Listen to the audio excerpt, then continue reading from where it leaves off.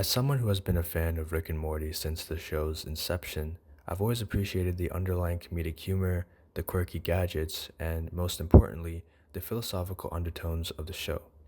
For those of you who don't know, Rick and Morty revolves around Rick Sanchez and his grandson Morty Smith, and a large part of the show focuses on Rick Sanchez's backstory and how the unfortunate death of his wife and child nearly drove him to suicide, with the only thing fueling him to live is the motivation to exact revenge on the version of himself that took his loved ones away from him.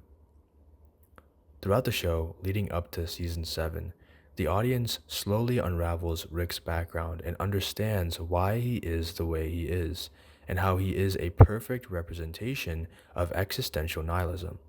Existential nihilism is the philosophical theory that life has no intrinsic meaning, purpose, or value, and that nothing matters on a cosmic scale.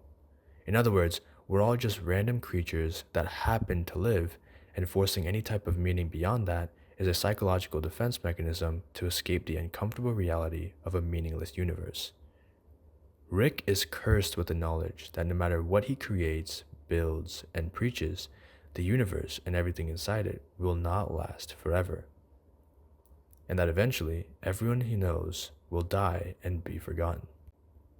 But Rick does slightly affirm that there is another side to this pessimistic way of thinking.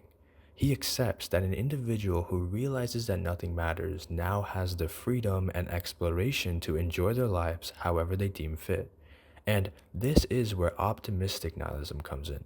Optimistic nihilism is best explained by Morty, who, when comforting his distraught sister, tells her that because life has no inherent meaning, they should simply just watch television and enjoy themselves.